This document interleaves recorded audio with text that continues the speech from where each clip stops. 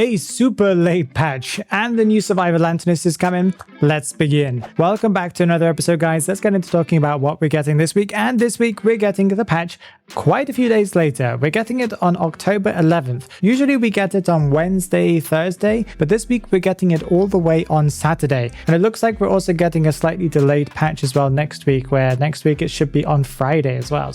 But with this patch, we'll be getting Season 39 Essence 2 that's bringing along the fantastic looking S-tier skin for Lanternist called Feast on This Shore. Now the skin, as I talked about in previous episodes, looks really good. I really like it. I think it looks really kind of hip and cool. We're also getting the A-tier Hullabaloo skin called Hidden in the Night that also looks really good. And also Puppeteer's skin that is called, I wrote it down here as Puppeteer. I don't know what the name of it is. I apparently made a mistake and wrote Puppeteer's A-tier skin Puppeteer. So whatever it is, it's on the screen right there. This skin is my least favorite of the collection, but I still think it's a decent one. I must say his puppet guy, I forgot what the name of it is, looks very creepy as usual. I believe we're also getting some B-tier skins for Peddler, Undead, Aeroplanist, Ivy, and Archer. And of course, there are the portrait rewards that have been revealed, and they look really fantastic. Another thing we're getting this week, since of course we're getting the S-tier skin for Lanternist, is that we're getting the new character Lanternist, and her ability is quite an interesting one. I'm going to briefly talk about it now, but you know, if you want to look at more details, you can look at my reaction video or the kind of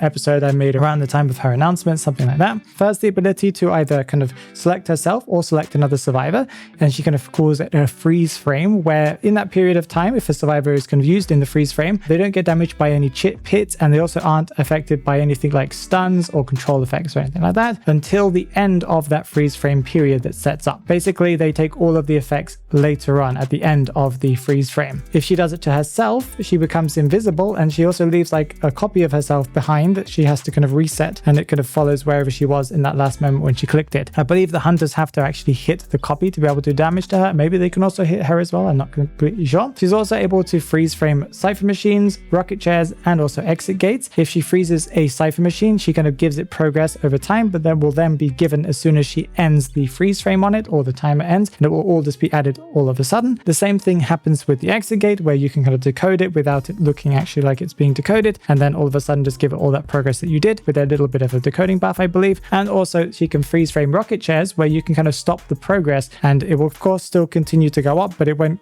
be considered to go up until the timer of that freeze frame ends. So it means that you can go in for like a rescue just before half and freeze it so that you have a little bit more time to rescue without anything going wrong. She also has a passive ability where she can make it so pallets are kind of frozen for 1 second after she drops them. It's even longer, I think, if she's invisible. And she has a debuff of a decoding debuff as well, so she's a bit slower with decoding. So she's a very interesting character. I'm looking forward to seeing her being added to the game. Let's talk about some more things we're getting this week, and we're getting 2 character days, of which they are both connected and on the same exact day, and those are for Patient and Psychologist that are getting their character day on October 10th. So that would be on Friday, I believe. This is going to be their 4th character day, and they will get emotes. Now I'm wondering, this is just a theory, if they'll get not just a special emote but maybe some type of interactive emote. They already do have an interactive emote, but I don't know, because they do have this character day together, they are connected characters, so I wonder if their emote will be something special, but who knows, maybe there's going to be something boring, maybe they'll just have something individual to themselves. But yeah, that's all that we're getting this week, or at least that's what's been announced. They may drop a couple of other things, but who knows. Let's talk about some future content, and they've revealed to us that they're going to give us a reveal show, and that is on October 17th, and that's a big live stream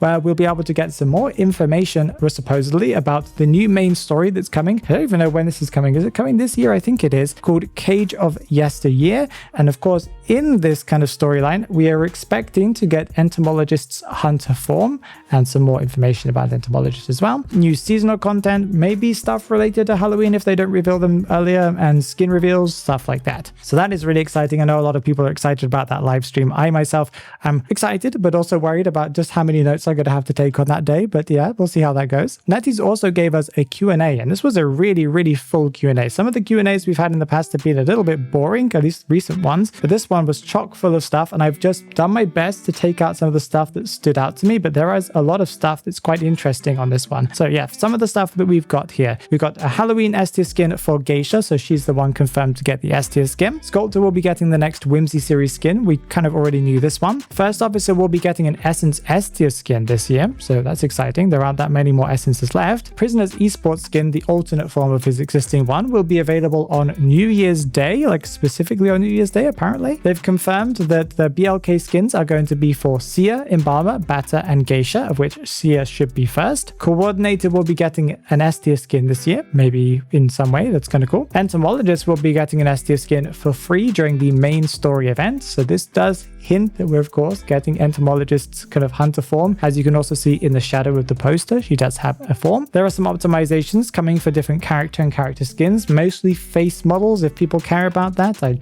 could not care less. There's an upcoming multi-hunter hitbox overhaul at the end of the season that basically is an adjustment to making it so that the hitboxes kind of match more with the animations. I'm not sure if this is going to change the distance of the hitboxes, but more just how fast they happen and how long they happen for, I'm assuming. Cowboy will be receiving a toggle to be able to prioritize pilots or survivors at the end of the season. People were talking about this for a while, and I think Netease even promised that this was happening, but it's taken a long time to get there, and they're finally going to be adding it this season. There are some adjustments coming for Perfumer and Toy Merchant, of which I think both of those are going to be buffs. There's a new map coming to Duo Hunters, so I can imagine that's a pre-existing map that they'll just be adding. I'm hoping it's Krayberg or something like that, because that map is definitely big enough to be able to do that. They're going to be adding more ways of receiving spy glasses as they're going to gradually release those. So that's nice, because they've been adding a lot more stuff to that store, and it does feel like we're always low on spy glasses. And they made, this is probably the most important thing to me that they kind of talked about. They gave us a really long response for the high ping during matches. So people who suffer from high ping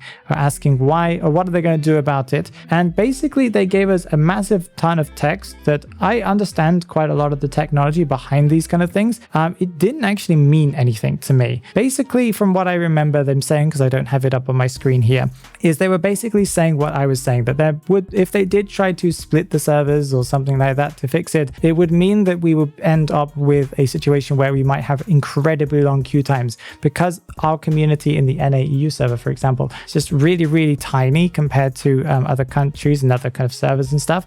There aren't enough players as a whole as it is right now to be able to do it, and it just be separating people even further, meaning the game would just become a little bit of a waiting simulator more than it already is. That is their official response. Maybe it would be nice if they'd given us more details, because they didn't really give us anything in that description that really felt like it explained very much. It was just a lot of jumbo words that they just put together. As someone who understands the technology behind it, or mostly understands the idea of the technology behind it, I was expecting them to give us a more technical description, and they just did not. It was a lot of words that made it look like they were saying something, but really were not. Okay, let's talk about some rumors here. The Chinese server has apparently been speculating, this is according to IDV Clue over on Twitter, if you want to go and follow them on X, Twitter, you know what I mean. They've been speculating about an upcoming crossover, a potential upcoming crossover that could be for Daomu BG, that is also known as Grave Robbers Chronicles. This is a novel series about the grave robbing adventures of Wu Jie. Why are they kind of speculating about this coming to the game? First of all, it was one of the names added to the list for